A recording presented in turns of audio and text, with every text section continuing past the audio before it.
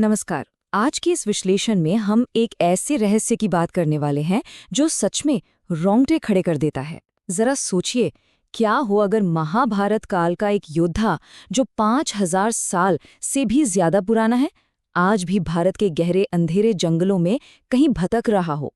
एक ऐसा योद्धा जिसके माथे पर एक ऐसा गहरा घाव है जो कभी नहीं भरता, जो हमेशा रिश्ता रहता है। मतलब ये कोई आम लोक कथा नहीं है, ये एक ऐसा गहरा और अनसुलझा रहस्य है जो सदियों से चला आ रहा है। तो चलिए इस कॉन्सेप्ट को थोड़ा गहराई से समझते हैं। हम में से बहुत से लोग मानते हैं कि अमरता यानी इमॉर्टैलिटी दुनिया का सबसे बड़ा वरदान है ना? हमेशा जिंदा रहना, मौत को मात दे देना। लेकिन क्या होगा अगर यही परम वरदान असल में सबसे भयानक श्राप बन जाए? हमेशा के लिए जीवित तो रहना, लेकिन अनंत पीड़ा, कभी न खत्म होने वाले दर्द और एक भयानक अकेलेपन के साथ। असल में यही वो डरावना सच है जो आज के हमारे इस पूरे विषय और इस अमर योद्धा की कहानी का आधार है।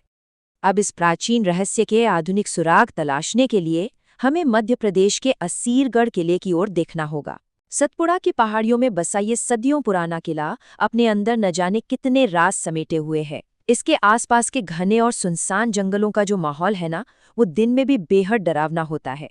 और यहाँ के स्थानीय निवासियों का बहुत ही दृढ़ता से ये दावा है कि इन्हीं अंधेरे रास्तों पर अक्सर एक बहुत ही विशालकाय, ऊंचे कद का व्यक्ति दिखाई देता है, जो बस अचानक ही अंधेरे से बाहर आता है और फिर उसी में कहीं विलीन हो जाता है।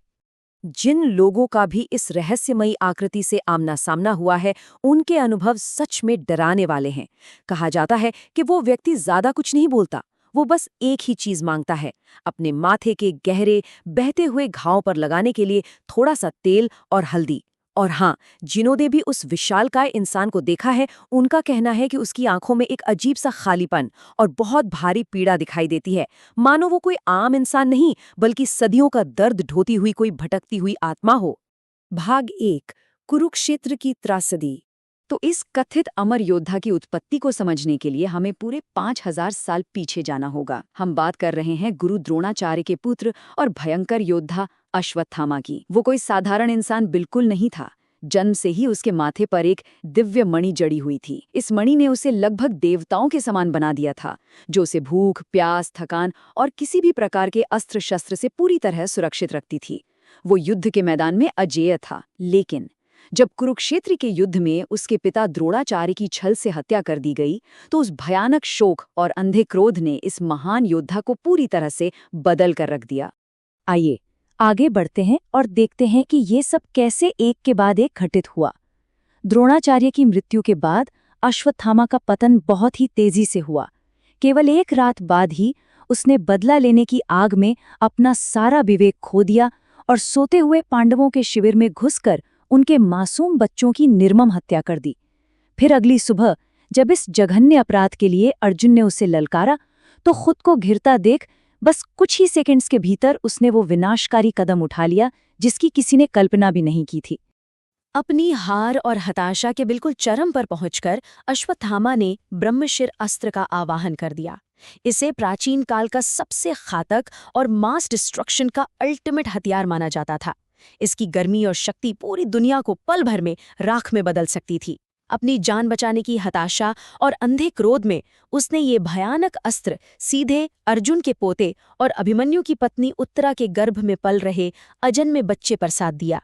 ये एक ऐसा कृत्य था जिसने युद्ध और मानवता के सारे नियम कानून तार-तार कर दिए। भाग 2, भगवान कृष्ण का भयानक श्राप। एक अजन्मे बच्चे पर इस तरह के अस्त्र का प्रयोग करना सीधे तौर पर ब्रह्मांड के नियमों को चुनौती देना था। भगवान कृष्ण ने तुरंत हस्तक्षेप करके उस अजन्मे बच्चे की जान तो बचा ली, लेकिन अश्वत्थामा के इस अक्षम्य अपराध के लिए उसे एक ऐसा भयानक दंड दिया जो रूह कंपा दे। तो यहाँ सबसे महत्वपूर्ण बात यह है कि आखिर वो श्राप था क्या? भगवान कृष्ण ने अश्वत्थामा के माथे से वो जीवनदायिनी दिव्यमणि निर्दयता से निकाल ली, जिससे वहां एक बड़ा रिश्ता हुआ गड्ढा बन गया। उसे श्राप मिला कि वो 3000 वर्षों तक या कलयुग के अंत तक पूरी तरह अकेला भटकेगा। उसके माथे का वो गहरा घाव कभी नहीं भरेगा, शरीर से पीप और रक्त बहता रहेगा और उसे कभी किसी इंसान का साथ या सांत्वना नसीब नहीं होगी। मतलब मौत उसे बुलाएगी, लेकिन वो मर नहीं सकेगा। भाग 3 आधुनिक समय में दावे और रहस्यमय मुलाकातें। अब अगर इतिहास के उन खूनी पन्नों से निकलकर हम आज के समय में आएं, तो जरा प्राचीन गिरनार पर्वत को ही देख लीजिए। इसे हिमालय से भी पुराना माना जाता है। इसकी दुर्गम चोटियां और गहरी गुफाएं हमेशा एक रहस्यमय सन्नाटे से घिरी रहती हैं। कई स्थानीय मान्यताओं के अनुसार ये विशाल पर्वत उस शापित अमर योद्धा की कहानियों का एक मूक गवाह रहा है। कहा जाता है कि अश्वत्थामा आज भी इन्हीं गहरी गुफाओं और प्राचीन रास्तों में अपनी मुक्ति की तलाश में भटक रहा है। अब यहाँ जो सबसे दिलचस्प और हैरान करने वाली बात सामने आती है, वो है असीरगढ़ किले के अंदर स्थित एक प्राचीन शिव मंदिर का गहरा रहस्य। स्थानीय लोगों का बहुत मजबूती से कहना है कि हर सुबह मंदिर के दरवाजे खुलने और किसी भी पुजारी या इंसान के वहां पहुंचने से पहले ही शिवलिंग पर ताजे फूल और जल चढ़ावा मिलता है। मंदिर के भारी दरवाजे और बड़े बड़े ताले भी इन रोजाना होने वाली घटनाओं को रोक नहीं पाते। ये एक ऐसा अटूट क्रम है जिसने विज्ञान और तर्क दोनों को पूरी तरह हैरान कर रखा है। भाग 4 विज्ञान बनाम प्राचीन मान्यता। और ये सब बहुत ही शानदार तरीके से इस पूरी बहस के दोनों पहलुओं के बीच के एक बड़े टकराव को दर्शाता है। एक तरफ हमारा आधुनिक जैविक विज्ञान स्पष्ट रूप से कहता है कि किसी भी मानव शरीर का 5000 साल तक जीवित रहना पूरी तरह से असंभव है। ये सारे दावे केवल स्थानीय अंधविश्वास या फिर रात के अंधेरे में दिमाग का वहम हो सकते हैं। लेकिन वहीं दूसरी तरफ पीढ़ियों से चली आ रही उन कहानियों की अटूट निरंतरता है।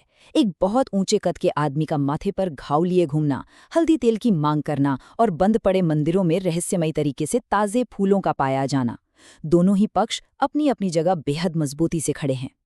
तो अंत में इस सारे विश्लेषण के बाद सवाल यही उठता है कि क्या ये सिर्फ एक डरावनी कहानी है जो समय के साथ पीढ़ियों दर पीढ़ियों और बड़ी होती गई, या फिर क्या भगवान कृष्ण का वो श्राप इतना शक्तिशाली है कि वो जीव विज्ञान और समय के हर तार्किक नियम को तोड़ देता है?